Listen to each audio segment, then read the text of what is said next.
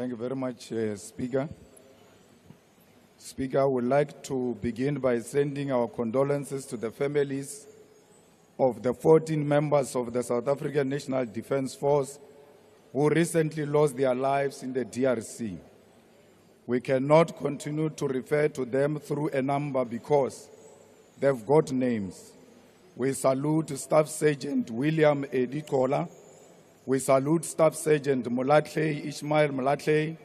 We salute Staff Sergeant Swatani Theophilus Seepe, Corporal Matumi Justice Malesa, Corporal Renae Namavulani, Lance Bombardier Itumeleng McDonald Moreo, Lance Corporal Zeke Moffat Molapo, Lance Corporal Metzi Stensley Rashishi, Rifleman Svatani Richard Chokwe, Rifleman Derek Maluleke, Rifleman Tsidiso Andres Mabele, Rifleman Calvin Louis Moari, Rifleman Muketi Joseph Mowe, Private Peter Jacobus Strido.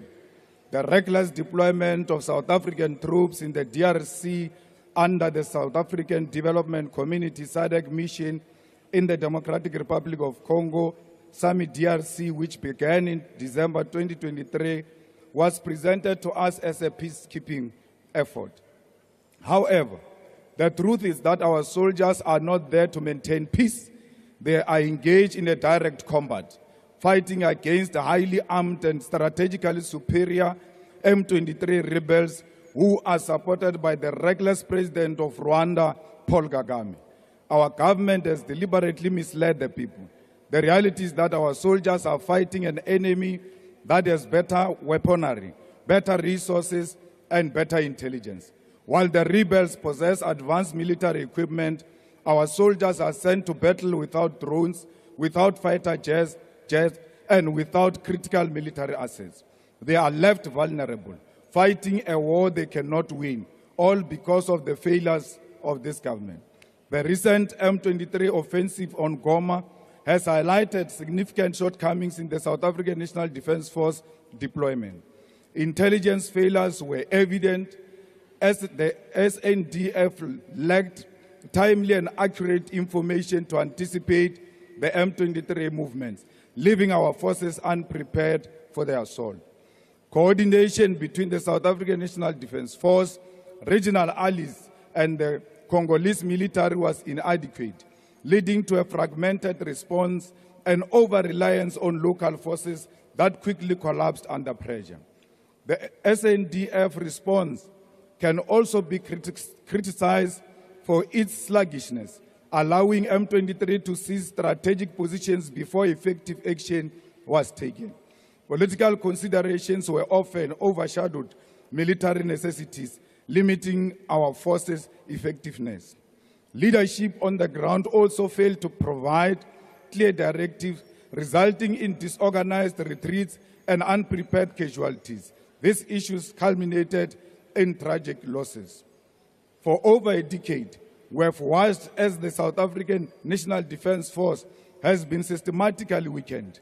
Budget cuts have crippled our military ability to function effectively. Aircrafts and helicopters that should provide air cover for our troops are grounded due to lack of maintenance. The government has neglected its duty to ensure that our soldiers are adequately prepared and equipped for combat. This is despite the fact that this deployment has cost our government 2.3 billion since it began. But it does not end there. The defense sector has been ravished by corruption. Officials at Denel have looted and mismanaged funds, selling South Africa's defense technology to foreign entities. This is nothing short of treason. At the same time, the Department of Defense has wasted over 250 million outsourcing IT services while ignoring existing in-house capabilities. This is a blatant theft of state resources, and it is our soldiers who pay the price. We must be clear. The deployment of our troops in the DRC is not about achieving peace. It is about sacrificing our soldiers for war that has no end in sight. This government continues to send them to die in foreign land, and when they do, their bodies are not even repatriated with the dignity they deserve. We are still waiting for the bodies, even after the Chief of Defense said the bodies will come the following day.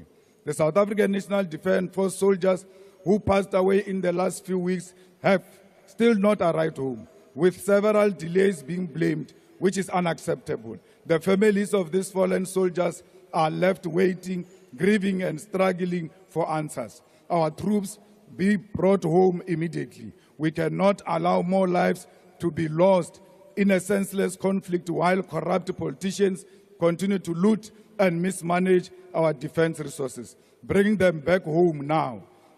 This past weekend, South Africa participated in a joint SADC and East African Community Summit in Tanzania to discuss DRC crisis. We agree that there must be ceasefire, and we agree that the chiefs of the military must come together to create a clear passage of the ceasefire. Re role now baetapele ba ANC le rekisitse bana ba rena le re tsegisha ka madegere. Thank you.